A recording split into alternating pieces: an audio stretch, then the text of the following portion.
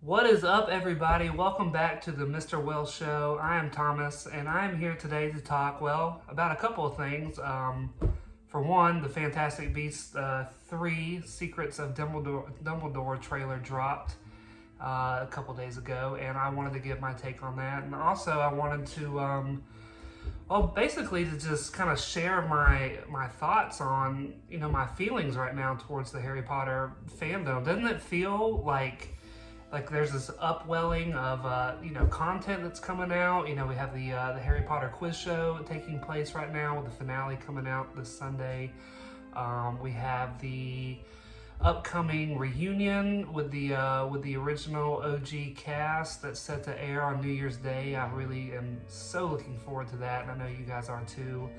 Again, we have the Hogwarts Legacy game coming out, and of course, what we're going to get to is the Fantastic Beasts 3 trailer. I just want. Are you guys feeling that? Are you guys feeling the magic in the air? That's kind of like this this warmth feeling that's kind of surging through the Harry Potter fandom. I don't feel like we've had this feeling in a long time. Yeah, I just wanted to take a moment and just think about how awesome it is right now to kind of be on the cusp of this momentum that seems to be building for the Harry Potter community. But anyways, I'm going to go ahead and start my thoughts. I'm not going to do a full scene-by-scene breakdown or anything. I just wanted to kind of go over my thoughts and whatnot of the trailer that we got. A little, I guess, peel behind the onion with me. I like the Fantastic Beasts series. There's, the first movie came out. I thought it was a pretty good, introductory. Obviously, it's you can't just wave a wand, so to speak, and just kind of recapture that Harry Potter magic from the books and the movies of old. But I thought that the first movie did a pretty good job of reintroducing us to the Wizarding world, and lo and behold, it takes place in America.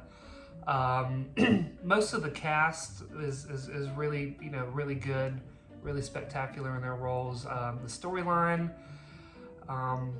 from that first movie into the second movie doesn't quite.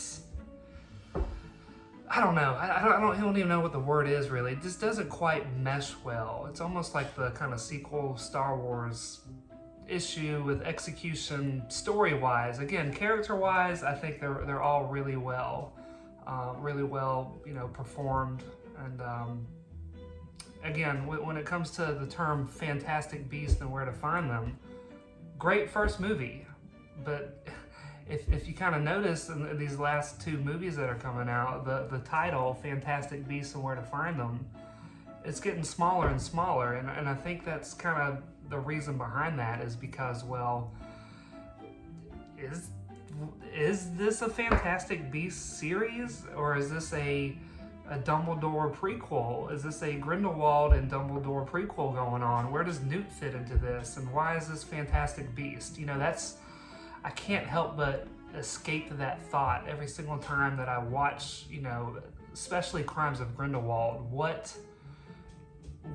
is Newt's purpose in these films? I mean, and I've discussed this with many of my Harry Potter friends, especially the ones that have been on that show that we talked about, the quiz show, and they feel basically all the same way. It almost like they should have made.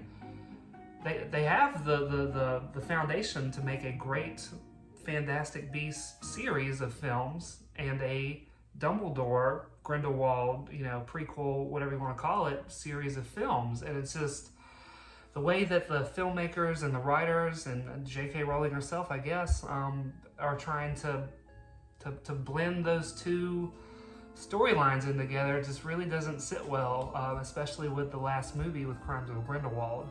But regardless, I'm going to try to move on to the trailer now. I just wanted to give you guys, that's kind of my backstory when it comes to these films. I don't hate them. I don't worship them, but I do, I think that the storyline could be a little bit better executed. So anyways, on to the trailer. We have opening shots of Hogwarts, which you know, I think we all know why Hogwarts is in these films, or why, you know, they're being brought back in. It's to put butts back in seats, because you know, the last movie, I'm not trying to go back, but the last movie did not sit favorably with the fans and just the general movie-going audience as a whole. So it's almost like you call out Will Ferrell, what do you need? More cowbell. Well, what do you need? You need more Hogwarts. Which, you know, I'm totally fine. I'll bite it. You know, I'll you know, even though I know what they're doing, I will take it. You know, kind of thing. So yes, give me more Hogwarts, and I will be in that theater. They know what they're doing. So I also like, shoot, you could have told me 2 months ago that the shot, the trailer would have a shot of Michael Gambon as Dumbledore, and not have Tina in the trailer at all, and I would have told you you were freaking out of your mind.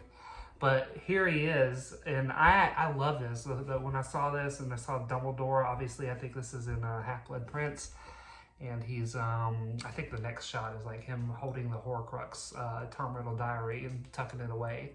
But I just love that he's in here, you know, because the movie is, you know, as per the title, about him. So I just love that they kind of do a little flashback for us, and you know, kind of get us, again, it gets us back into the feels of, you know, Harry Potter and that magic that the Harry Potter world gives us. So I'm just really happy to just at least see him in the film, or not, excuse me, not the film, but the trailer. A shot of Dumbledore, the logos, we get the Hogsmeade, and this is another thing that I'm super excited about. We have in these series, now we have 2 sets of brothers that are estranged from each other and both have different backgrounds. Certainly there is a lot in the books, book 7, Deathly Hallows, with the Dumbledore brother background that kind of got left, you know, on the cutting room floor when it came to the movies. But that just opens the door up for this movie to explore that material that was not featured in the Deathly Hallows Part 1 or Part 2, which I am all here for. Again, sign me up. For the Dumbledore Grindelwald background story that we get to see on screen is what it's looking like. So we get to meet Aberforth Dumbledore at the Hog's Head, and yeah, really exciting stuff. I'm very intrigued and curious on how they're going to present all that. How much of the Ariana, excuse me. How much of the Ariana storyline are we going to get in there? How much of Dumbledore's past are we going to get? What is, you know, the secret of Dumbledore? Is it just his backstory and the mysterious murdering, you know, killing of his sister, and what is probably going to come about, you know, officially, it's not confirmed that Ariana was an Obscurus. What is it? You know, so that's what's got me really intrigued and really excited to, you know, again, to put my butt in that movie theater. I guess I have to at least plant my flag, or at least let you guys know how I feel about, well, the elephant in the room that is Johnny Depp not being in this movie. To just rewind back, you know, let's just take a quick second. I personally, when the first Fantastic Beasts movie was announced, and I first saw the movie, I did not want, or did not care for, Johnny Depp being in this movie. I just thought he was, he did great. You know, we barely saw him in the first movie. Second movie, you know, he did great. He did do the character well. I just think, you know, certain actors are distracting in movies. So when I see Johnny Depp in that movie, I see Johnny Depp doing his Johnny Depp method acting. You know what Johnny Depp does. I see Captain Jack Sparrow. I see it all. I see Willy Wonka. Again, I have nothing against Johnny Depp. I think he's a phenomenal actor. Again, he did his part well. I have nothing against his performance. I feel like somebody else could have had that role, and I would have been equally, if not more, on board with their performance. Now, fast forwarding to, you know, the issues behind the scenes with his ex-wife. I really don't have a comment on it. I think it's unfortunate, both sides of the fence with what's going on. Again, all this is still, as far as I'm aware, still under legal investigation. So I don't want to plant my flag per se on one side or the other. It's unfortunate, both ways, however you look at it. So I just, instead of trying to ramble on and, try to play a lawyer or whatever, I just wanted to at least acknowledge it, give a little bit of my perspective on, the character, Johnny Depp. And moving forward, I am a huge Mads Mikkelsen fan. He did phenomenal, of course, in Casino Royale. Amazing performance as Jyn Erso's dad in Rogue One. So I know I've seen a lot of people online say, well, who is this guy? I haven't even heard of him. Well, chances are you have seen him or have at least heard about him, and you should definitely check him out because he is a fantastic actor. Obviously, his look in the film does not, I don't know, it's not reminiscent of Johnny Depp's Grindelwald, and I think they're kind of doing that deliberately because, again, it's an elephant in the room situation to where, it is what it is. This is now moving forward, so he's, instead of kind of making Mads Mikkelsen have to emulate any kind of Johnny Deppness, even down to his appearance, so they just wanted to kind of recreate this character, and it's a sticky, slippery slope kind of situation. I'm just going to hold my opinions on his performance and everything else regarding Grindelwald until after I see the movie, but I'm liking what I see so far. He seems to be a very commanding presence, as he is in other films that he's in. There's an interesting shot of Newt that I noticed where he's like trekking through the woods. For some reason, to me, and I haven't heard anybody else really say this, I don't know why, but I'm feeling like this is a flashback scene, and I don't know if I'm just way off topic there or what, but for some reason, it's just his face looks a little bit younger and more shiny and crisp. I don't know if it's just the darkness or the lighting or whatnot, but again, to me, this seems like a flashback scene. Who knows? I don't know. That just might be just me just being completely off the wall speculations, but moving on. We also get what I believe is a close-up shot of Nurmengard. It's a castle-like building in the mountains. I think we saw Nurmengard briefly in Deathly Hallows Part 1. But this seems to be like a different perspective of it. Again, I could be completely wrong. That was just my initial thinking of it. Pretty interesting, but it obviously makes sense since Grindelwald created this prison. So I have a good feeling that that's what it is in the trailer that we were shown. Now for the more interesting and potentially confusing and potentially who knows what regarding Jacob Kowalski. And I have a lot of concern. I am optimistic. I don't want... We're going to have another McGonagall situation on our hand.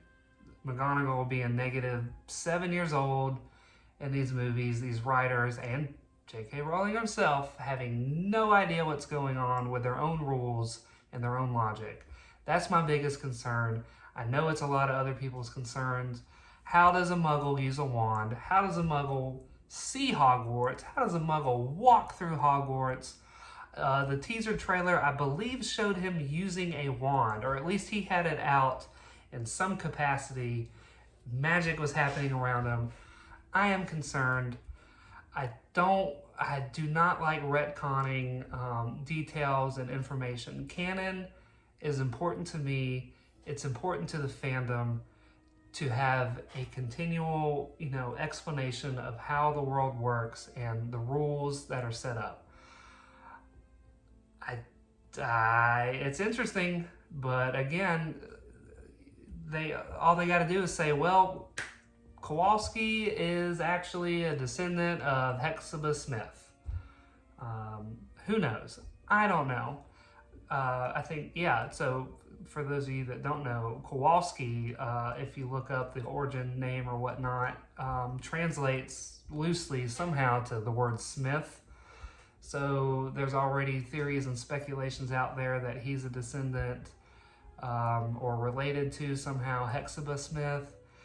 Again, that to me seems a little cheap. It seems a little retconny, a little wedge here and there. I don't know. We'll have to see. I mean, that's the only thing I can say is we'll have to see. Funny, interesting, for sure. But again, we have source material set up. We have rules. We have a continual, chain of events and a continual, I don't even know how to say it. We have rules in place. What are we doing? That's all I'm saying. What are we doing? So another thing I noticed, or I couldn't help but notice, is Queenie. Queenie's looking a little, how do I say this, different.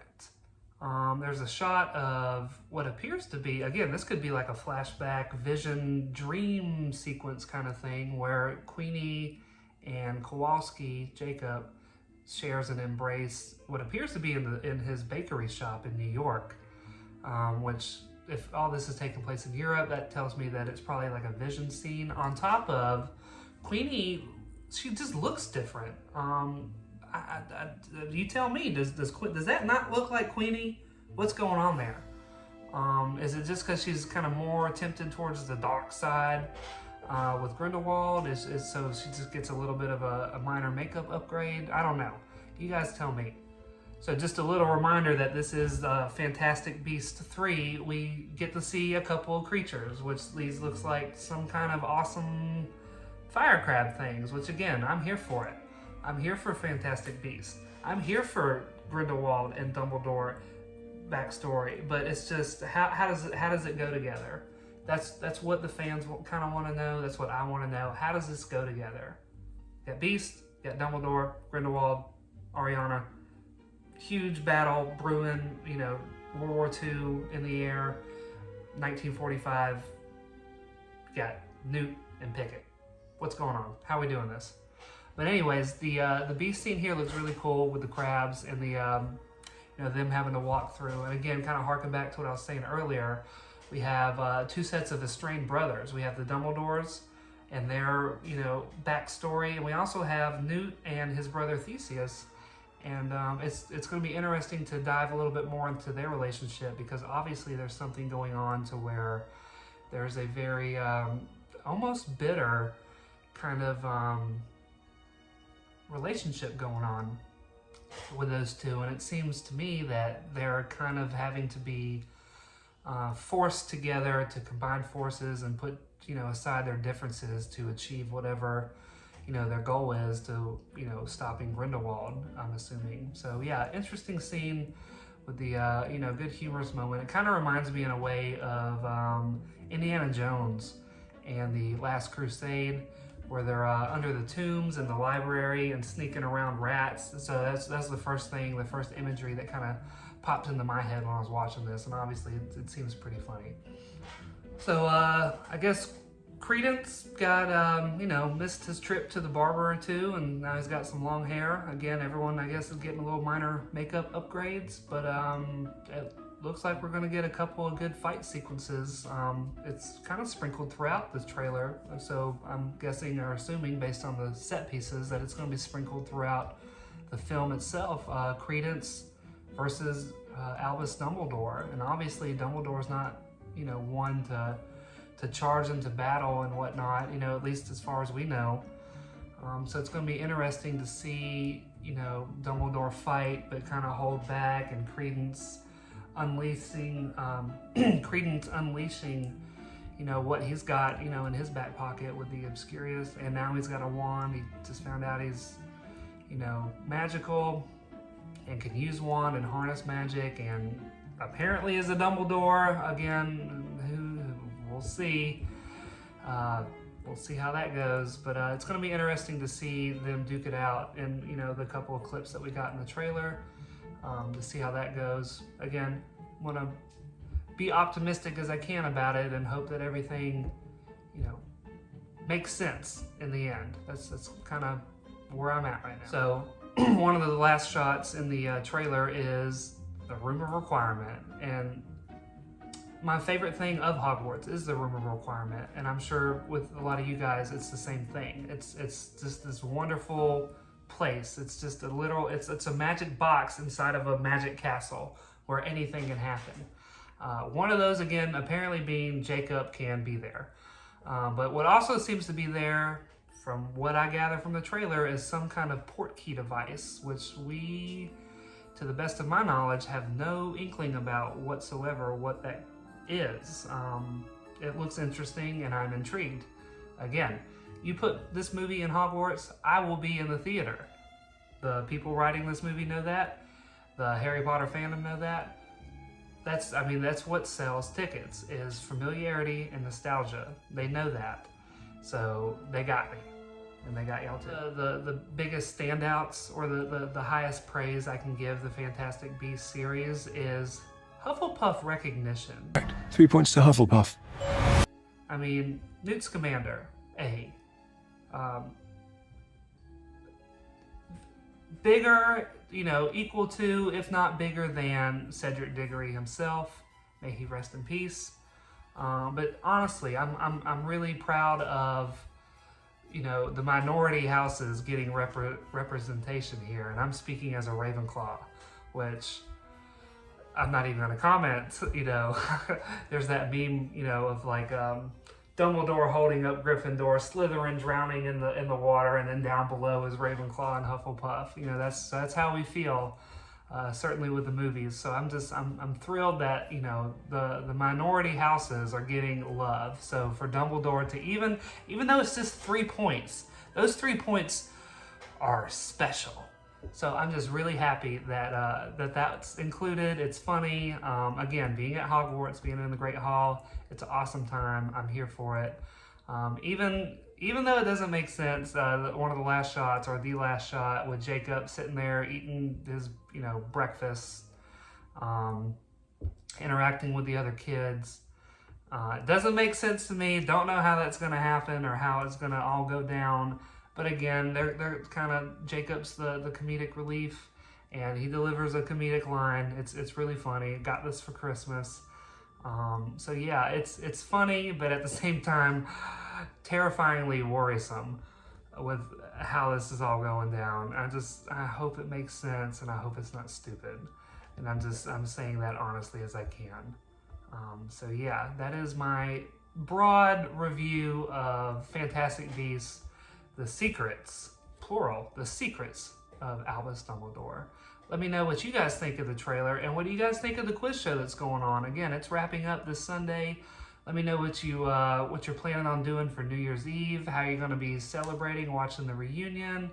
I know that I'm just going to be in my PJs all day, watching it over and over and again, probably taking out some notes, and just probably crying too, honestly, because it's going to be remarkable seeing these people that you and I have grown up with, most of my life, and just seeing them, take a breather. I know that they all have their own lives going on, that they've kind of disassociated themselves from the fandom or from, the franchise, but, they were gracious and kind and humble enough to kind of re-experience and just be reintroduced and relive their feelings on 20 years later of Harry Potter. So thanks, guys. Wanted to say appreciate it, and we'll give you the spiel. Like and subscribe. You don't have to, that's fine, but I'm looking to build a community of fans where we can hang out and interact with, and hopefully, in the future, it'll build to something more and more as I get my head around